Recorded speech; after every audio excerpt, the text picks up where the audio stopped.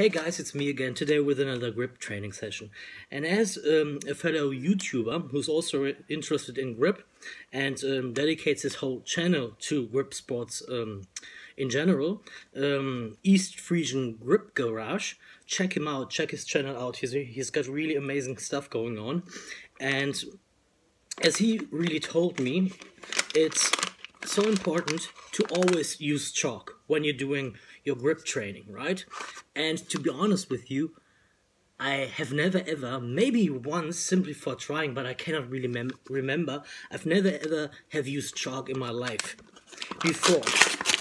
So I have normal solid chalk, which is important because liquid chalk is not allowed in competition. So therefore it doesn't give us any benefits to train with that, right? Because you always train as you play, as I mentioned in a previous video before.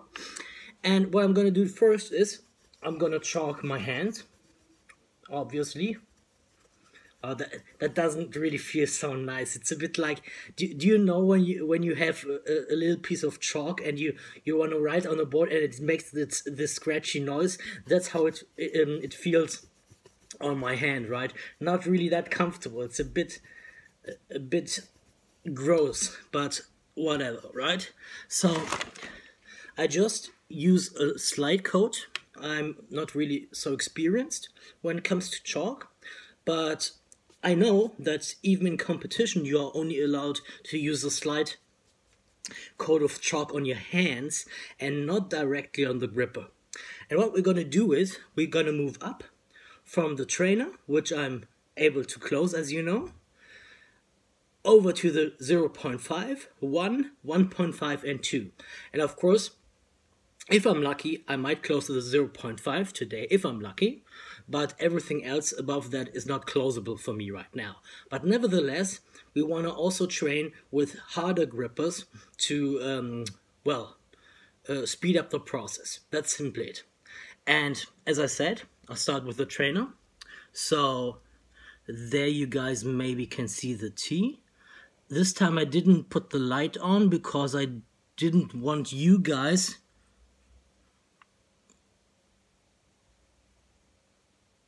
so there you have it, right? The T. Okay. This time I didn't put the light on because I want you to see all the numbers, right? So that's the first, that's the close. That's easy to hold. Also here, that's simply basically a warm-up. Nothing else, right? And we do it again in this hand. And also in the other hand. So what we're doing here is basically simple closes. Then we rest a bit. Maybe I have to use some more chalk because I see that it's starting to fade away.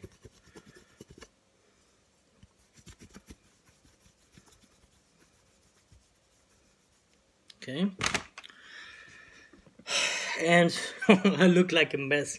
I have to change my jeans, but it's dirty anyway, so never mind. And then we move over to the 0.5, as you can see, maybe. So I really want you to see everything, right? So the 0.5 is maybe seeable like this, right? Should be definitely.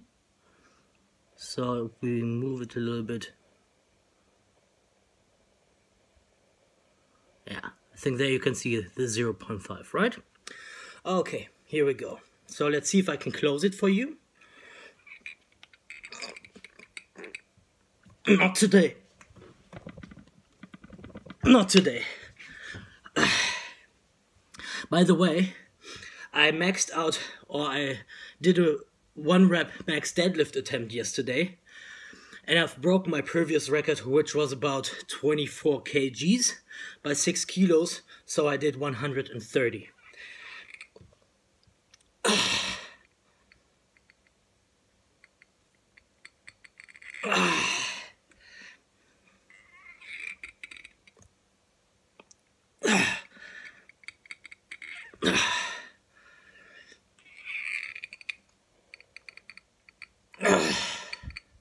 So therefore I'm obviously also a bit weaker, right?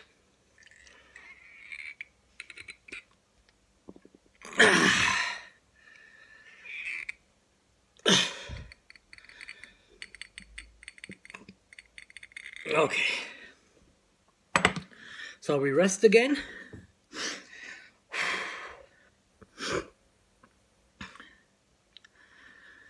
And move up to the 1. And what's so interesting is that the 1 isn't so much harder than the 0.5.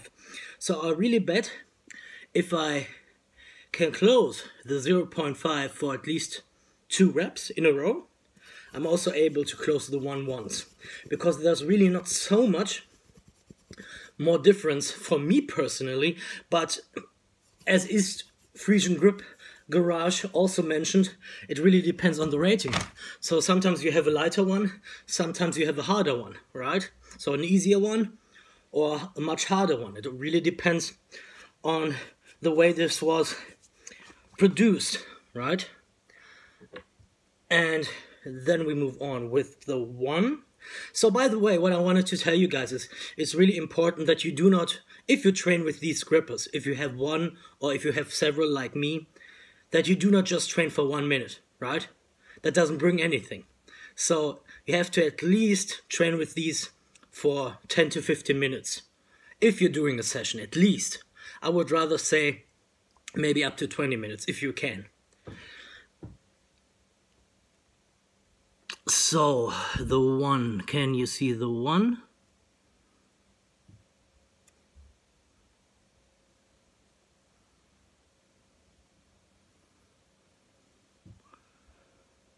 I hate this with the lighting. That's always the same shit.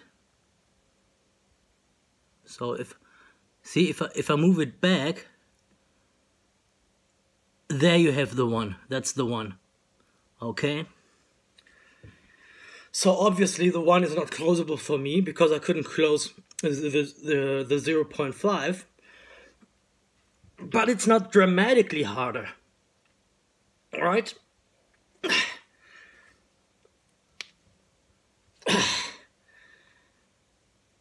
It's not dramatically harder. But of course, if you can't close the 0.5, there's no chance you can close this one, so.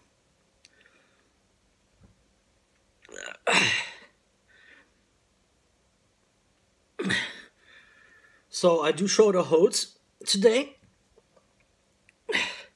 Because there's obviously no other way to train with grippers you're not able to close in any shape or form. Now the 3rd time, and I'm doing 3 sets with each in each hand, and what we're gonna do then is we're gonna go and move backwards again after a shorter break.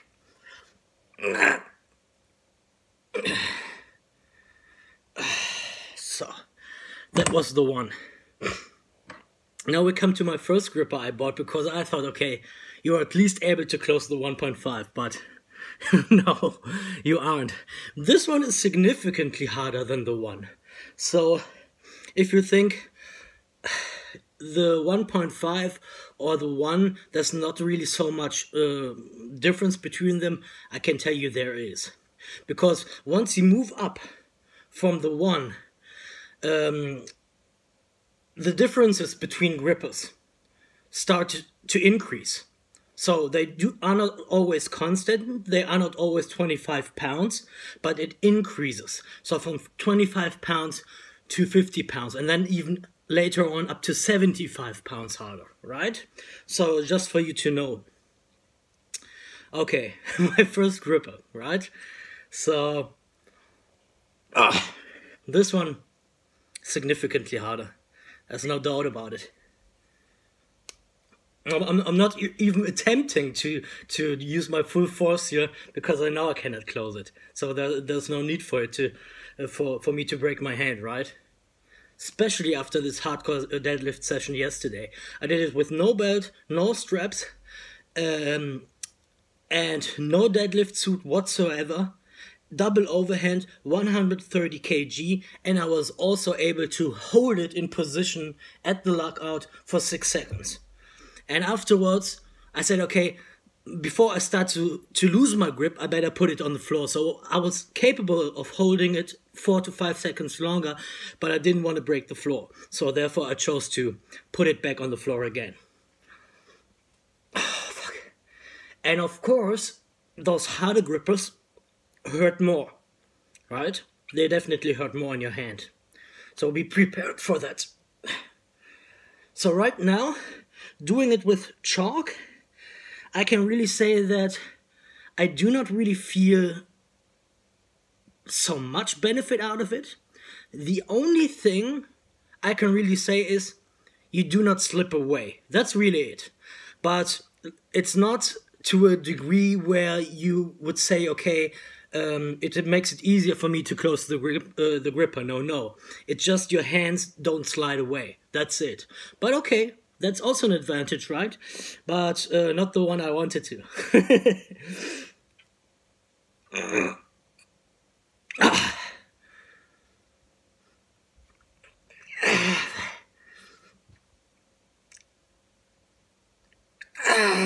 Fuck. So now the last one, the 2.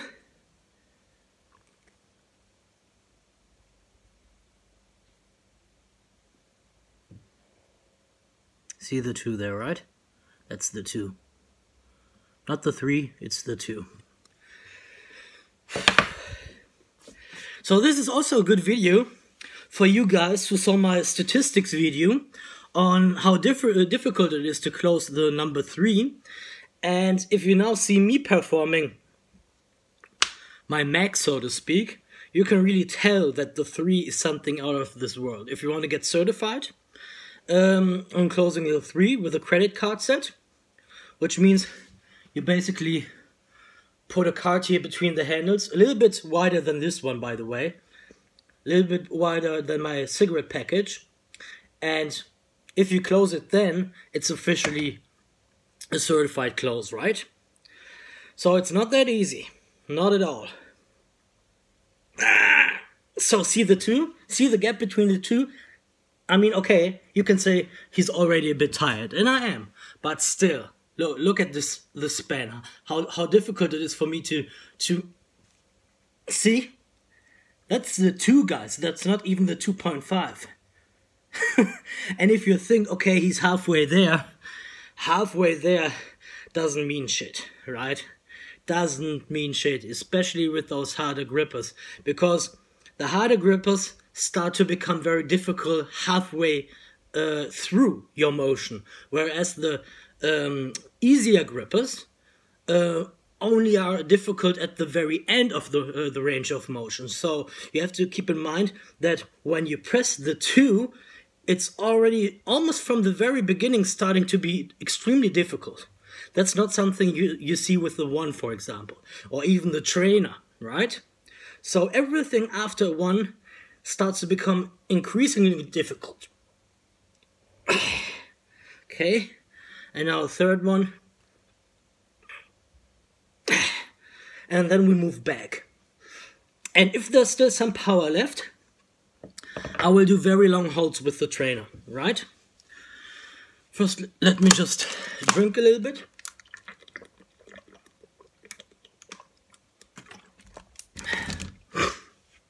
And here we go. Okay, so the 2 again. So that's also why I say do not do deadlifts and grip training at the same day. Well, it doesn't play out well. I mean, I did it now a day afterwards, and after my max, my 1 rep max. So obviously also a bad choice, but I want to keep focusing on training these grippers, because once you say to yourself, okay, I do it once in a while, you lose focus, right? And I saw that training with these and training with the resistance band helped me increase my my 1 rep max deadlift, right, by 6 kg already. And that's raw, right? So no straps, no belt, no deadlift suit, and double overhand. And I was tired yesterday, but I was very aggressive Yesterday too, when I woke up, I didn't know why, and I used my aggression to try and attempt it. So therefore I did it. So every time you feel very, very aggressive, try to attempt your 1 rep maxes. Be it a bench, a squat, or a deadlift, right? Or go all out in your gym, because that's usually the best you can do. Now the third here. And the third here. And you really feel it here in your wrist. So it really starts to hurt. Now we have the 1.5.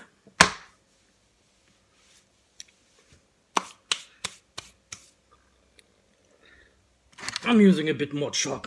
Or let me use those little splinters here.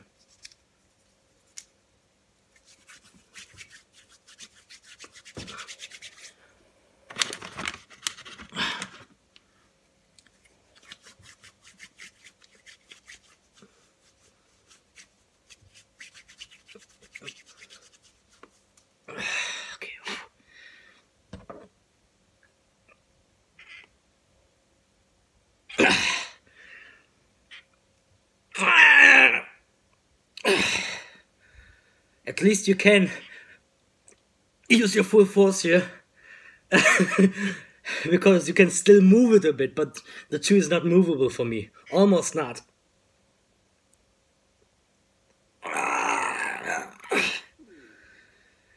And now...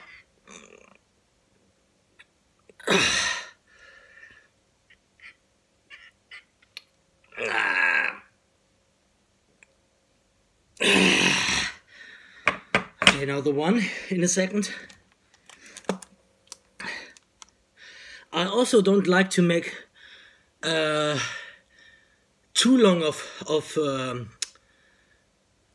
breaks, simply because I like the pump in my forearm, right? All of our strength athletes know that we pump up everything in our body, right? Except for those muscles we do not really think about. I already mentioned the traps, for example, or your inner quad, your inner thigh, for example, right? And the forearms are also one of them, because we use them so much in compound movements that we do not think about them. But of course, grip training is also perfect forearm training, so both go hand in hand. Now the 1. So you see, it's getting better and better, and I'm already tired, so it's okay. I'm content with my performance.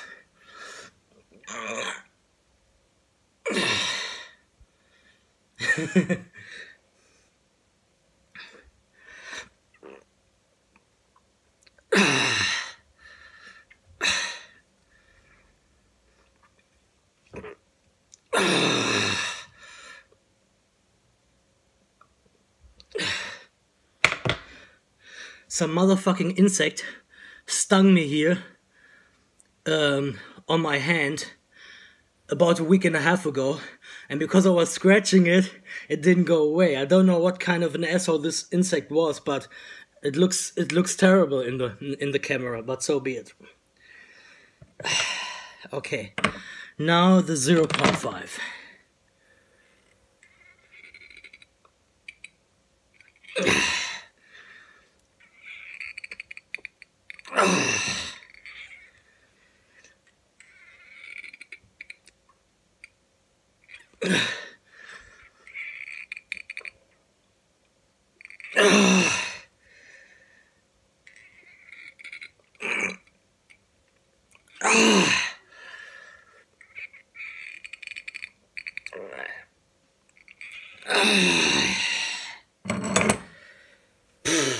So, what's left is the trainer.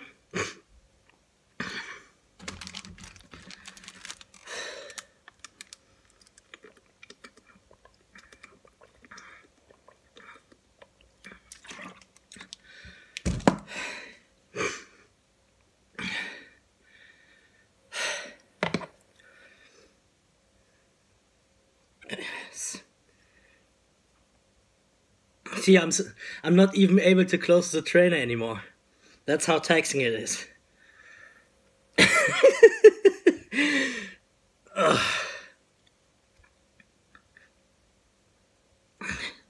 Okay, now we have done the 3 side per side.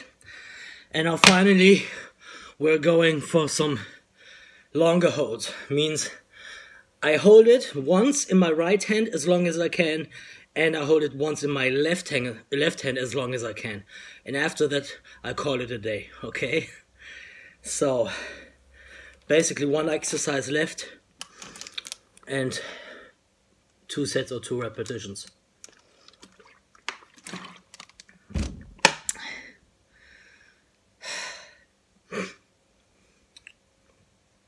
I really like the pump you get from this training. It's crazy. So okay, here we go. I closed it.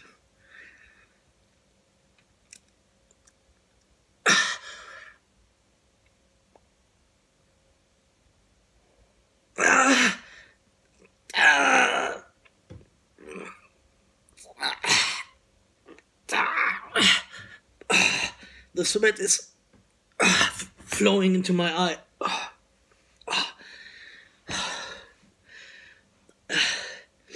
Now the next one.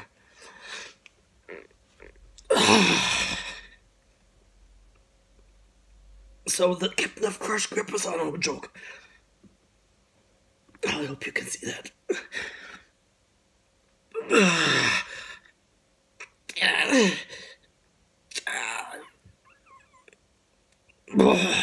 I'm using my calves, by the way, too. I'm using almost my whole body, man.